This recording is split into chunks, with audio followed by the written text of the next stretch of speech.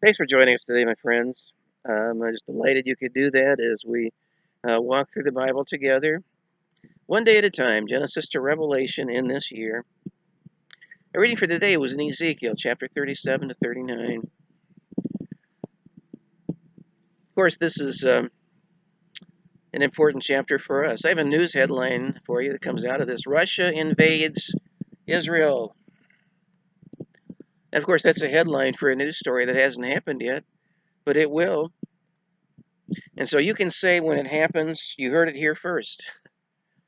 How can I be so sure about that? Well, it's because I've read Ezekiel chapter 38. You see, we find ourselves today in a time of wars and rumors of wars. Ever since February of 2022, Russia has been at war with Ukraine. Israel is at war with Hamas, and now Hezbollah and Iran is right behind. Others are threatening. China seems to be waiting until the U.S. weapons arsenal is depleted and then will attack Taiwan. All of these things, I think, may be a prelude to what we see in Ezekiel chapter 38. This chapter is important because the Bible is a book about Israel. It contains the history of Israel and also prophecy about Israel. One example is Isaiah 66:8. It says, "Who hath heard such a thing? Who hath seen such things? Shall the earth be made to bring forth in one day? Or shall a nation be born at once?" Sounds ridiculous, doesn't it? At least it did until May 14th, 1948. In that one day, modern Israel was born, and ever since then it's been in danger. And today, surrounding nations, they're preparing to attack the north of Israel. Troops have crossed over the border between Israel and Lebanon. They're firing rockets into Israeli territory even now. The Bible mentions the coming war in Israel. And like other prophecy, it's inspired by God and is profitable for Christians. Maybe we should ask ourselves, if that's true, who's involved in this war that we read about? Well, verse 1 to 4 said that the word of the Lord came unto me, saying, Son of man, set thy face against Gog, the land of Magog, the chief prince of Meshech and Tubal, to prophesy against him. It mentions Persia, Ethiopia, Libya with them. So Gog is the leader, which is probably what the name Gog means, like Pharaoh. It's a title of their head of state. And obviously he's a bad man because God said that he's set against him. And as you look at the nations that are mentioned here, you can see that these nations all have something in common. They hate Jews. It's one country that's not mentioned that maybe you might think should be there, and that's Egypt. Well, God knew that Egypt would have a peace treaty with Israel. It does right now. But we have a God who keeps his promises, and this battle has not happened yet. And so we know it's coming in the future, which leads to the next question: when does this battle take place? It's obviously not going to be in Ezekiel's lifetime. He said it's going to be after many days. It's going to be in the last time because it said in the latter days. It has to be in a time when Israel is a nation, first in the mountains of Israel. Well, after almost 1,800 years, when there was no Israel, it would be a nation again. It'll be time when Jews are regathered then into Israel, since they've been brought forth out of many nations. It'll be time of peace and safety for Israel. Unwalled villages are there, them that are at rest, that dwell safely. When has that ever happened in Israel? It hasn't happened yet.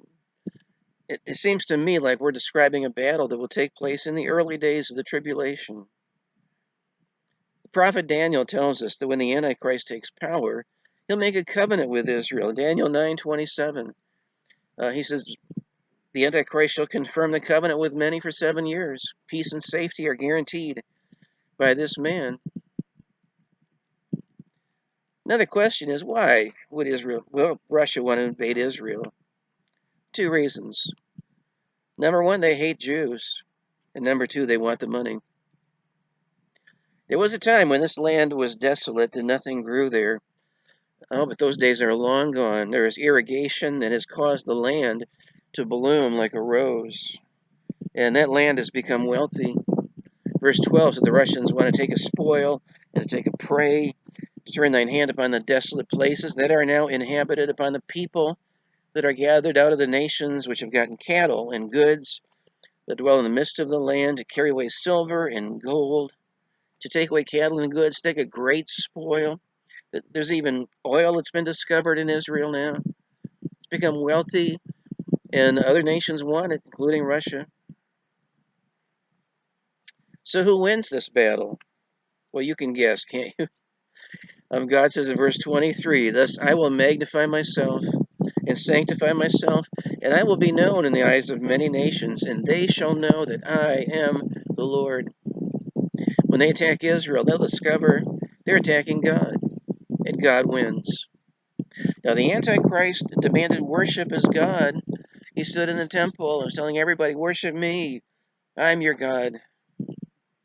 But no, then everyone will know who is the Lord.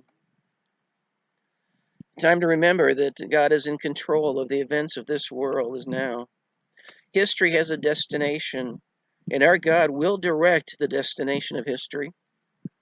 God is a sure defense for his people. "Fear not," says Jehovah, "I'm with thee." The protector of the church, your protector, is not in the favor of kings or in the arms of a warrior. It's in the eternal God who is our refuge.